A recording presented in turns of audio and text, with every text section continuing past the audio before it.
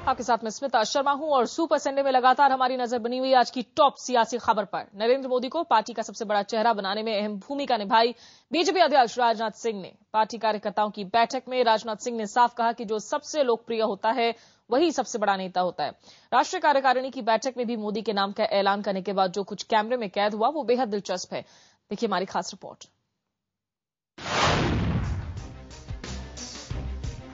इन तस्वीरों के साथ ही बीजेपी में मोदी युग की शुरुआत हो गई।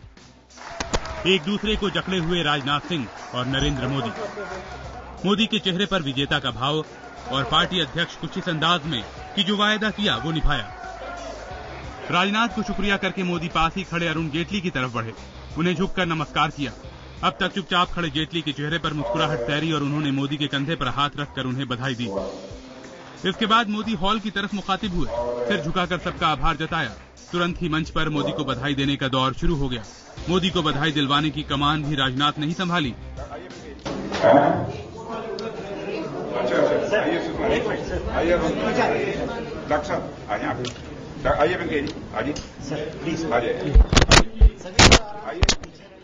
करीबियों को बुलाने के बाद पूरे हॉल में भारत माता की जय के नारे। अब राजनाथ सिंह को पूर्व अध्यक्ष नितिन गडकरी का ध्यान आया।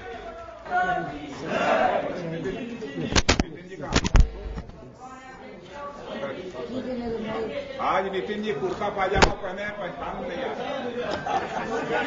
राजनाथ सिंह को माहौल को हल्का करने की कोशिश देख मोदी भी हंस पड़े। तब तक सुषमा स्वराज वहां पहुंच गईं। सुषमा के चेहरे पर मुस्कान थी। सुषमा से बधाई मिलने के बाद मोदी ने उनका आभार व्यक्त किया। इस बीच मोदी को बीजेपी के बाकी मुख्यमंत्रियों का भी ध्यान आ गया।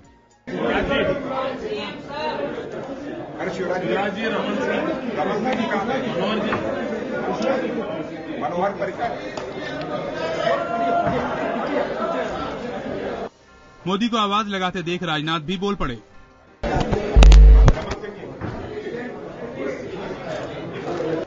इस बीच मोदी विजयी भाव से हॉल की तरफ देखते रहे।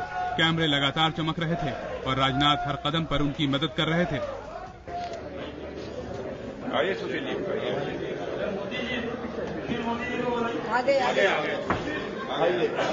नेताओं को मंच पर बुला रहे राजनाथ ने सुशील मोदी को भी अपनी जगह लेने को कहा।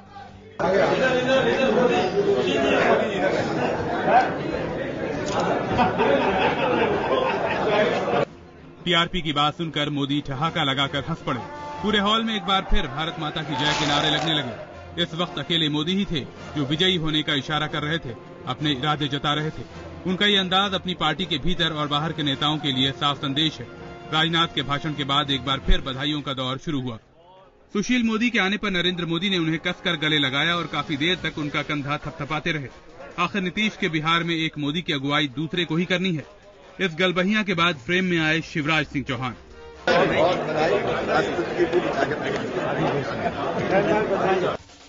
इसी वक्त राजनाथ ने मोदी से धीरे से एक सवाल किया।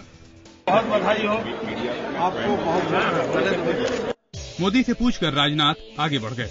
मोदी बधाइयां स्वीकार करने में जुटे थे, तभी नितिन गडकरी को देखकर उनका चेहरा चमक गया।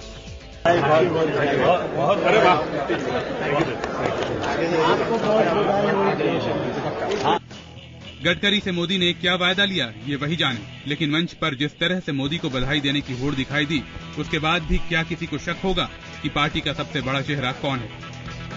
Bureau report, IBN 7। तस्वीरों में पीछे रमन सिंह भी नजर आ रहे थे कतार में। कहते हैं एक तस्वीर 1000 शब्दों के बराबर है और राजनीति में इन संकेतों के कई गहरे मायने होते हैं। रविवार को बीजेपी में मोदी को मिली नई जिम्मेदारी की पटकथा शनिवार की रात को लिखी गई। रात 1 बजे तक बैठकों का दौर चलता रहा। सुबह हुई तब तक मोदी को चुनाव अभियान की कमान देने का फॉर्मूला तैयार था। क्या है ये फॉर्मूला, कैसे मिली मोदी को अहम जिम्मेदारी, पेश है पर्दे के पीछे की इनसाइड स्टोरी।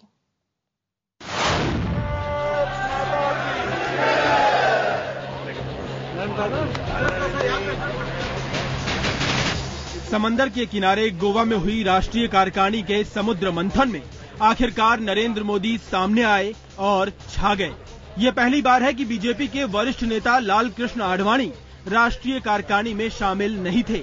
मोदी को चुनाव अभियान समिति की कमान मिलने की राह में उनकी नाराजगी को सबसे बड़ा रोड़ा माना जा रहा था, लेकिन मोदी को मिली बड़ी जिम्मेदारी से साफ हो गया कि आडवाणी पार्टी में अलग थलग पड़ चुके हैं। आडवाणी जी हमारे सबसे वरिष्ठ और सबसे ही सम्मानित नेता हैं। और अगर वह ऐसा विचार रखते हैं तो फिर जैसे हम अपने परिवार में अपने बड़ों का सम्मान करते हैं, वैसे हमको उनका सम्मान करना चाहिए। रविवार को बीजेपी में नरेंद्र मोदी की नई सुबह की इस कहानी की इबारत शनिवार की रात को लिखी गई। शनिवार की शाम राष्ट्रीय कार्यकारिणी की बैठक खत्म होने के बाद रात को मोदी को नई जिम्मेदारी देने की कवायद तेज हो गई। बीजेपी नेताओं की गतिविधि का केंद्र था मैरियट होटल का कमरा नंबर 222, जहां नरेंद्र मोदी ठहरे थे, और कमरा नंबर 310, जहां बीजेपी अध्यक्ष राजनाथ सिंह ठहरे थे। रात भर दोनों के कमरे में बीजेपी के वरिष्ठ नेताओं का आना जाना लगा रहा। सूत्रों के मुताबिक राजनाथ सिंह ने बीजेपी के 3 मुख्यमंत्रियों शिवराज सिंह चौहान, मनोहर पर्रिकर और रमन सिंह से अलग अलग बात की। तीनों मुख्यमंत्रियों ने राजनाथ सिंह को मोदी के नाम पर अपनी सहमति दे दी। हालांकि अभी भी मोदी के नाम पर सहमति बनने में कई पेचीदगियां थी, लिहाजा मोदी भी अपने कमरे में तमाम नेताओं और प्रदेश अध्यक्षों से मुलाकात कर रहे थे। सूत्रों के मुताबिक इसमें सबसे अहम मुलाकात हुई शिवराज सिंह चौहान और मोदी की। मोदी के कमरे में दोनों नेताओं के बीच करीब 45 मिनट तक बातचीत हुई। रात भर चले मुलाकातों के इस दौर में तस्वीर साफ होने लगी थी। मोदी के नाम पर सहमति लगभग बन चुकी थी। संघ पहले ही मोदी के नाम पर हरी झंडी दे चुका था। पार्टी का नेतृत्व स्थान पर जो लोग हैं वो सभी हमारे स्वयंसेवक है, इसलिए जो भी निर्णय लेंगे देश का हित और पार्टी का हित को ध्यान में रखकर ही लेंगे।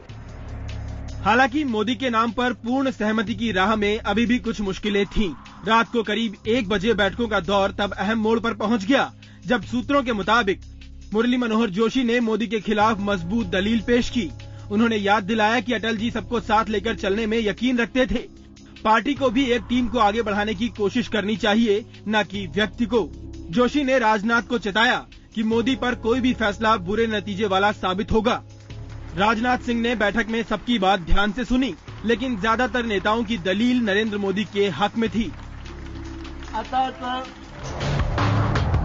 आखिरकार हल निकालने के लिए राजनाथ सिंह और नरेंद्र मोदी साथ साथ बैठे। सूत्रों के मुताबिक मोदी खुद को बीजेपी का पीएम पद का प्रत्याशी घोषित करने के लिए अड़े थे, लेकिन बैठक में मोदी को चुनाव अभियान समिति की कमान सौंपने का खाका तैयार हो गया। रविवार की सुबह होते ही नरेंद्र मोदी को चुनाव अभियान समिति का अध्यक्ष बनाने का अभियान तेज हो गया। तब तक तमाम अटकलों और विवादों के बीच अब विश्व हिंदू परिषद भी मोदी के समर्थन में खुलकर सामने आ गई। अश्वमेध का घोड़ा जो चल पड़ा है उसको अब रोकना नहीं चाहिए उसको। ये अश्वमेध का घेरा ये विश्व विजय के लिए चल पड़ा है, इसको नहीं रोकना चाहिए। राजनाथ सिंह के सामने आडवाणी की नाराजगी अभी भी चुनौती थी। सूत्रों के मुताबिक तमाम समीकरण को उलट-पुलट रहे राजनाथ सिंह ने इस मौके पर आडवाणी को मनाने की पहल की। सूत्रों के मुताबिक रविवार की सुबह राजनाथ सिंह ने आडवाणी को फोन किया। राजनाथ सिंह ने आडवाणी से उनकी सेहत का हाल जाना। समझा जाता है कि उन्होंने इसी दौरान आडवाणी को मोदी के बारे में संभावित ऐलान की जानकारी भी दी। इसके बाद रविवार की सुबह करीब 9:30 बजे राष्ट्रीय कार्यकारिणी की बैठक हुई। नेताओं के बीच हुए विचार विमर्श के बाद नरेंद्र मोदी को चुनाव अभियान समिति का अध्यक्ष बनाने का फैसला हो गया। दोपहर करीब 1:50 पर बीजेपी अध्यक्ष राजनाथ सिंह ने पार्टी के फैसले का सार्वजनिक ऐलान कर दिया। ये होना तो था, लेकिन ये आसान नहीं था। आडवाणी को खुश करो तो कार्यकर्ता नाराज, कार्यकर्ताओं को खुश करो तो आडवाणी नाराज। राजनाथ सिंह ने संघ से ताकत ली, नेताओं का हौसला देखा और ले लिया फैसला। ये फैसला दोनों तरफ काम करेगा। आडवाणी सोचेंगे राजनाथ के लिए मोदी को रोकना मुश्किल था, और मोदी समझेंगे मुश्किल था, राजनाथ ने किया। राजनाथ जीते। आनंद प्रकाश पांडे के साथ सुकेश रंजन, गोवा, IBN 7।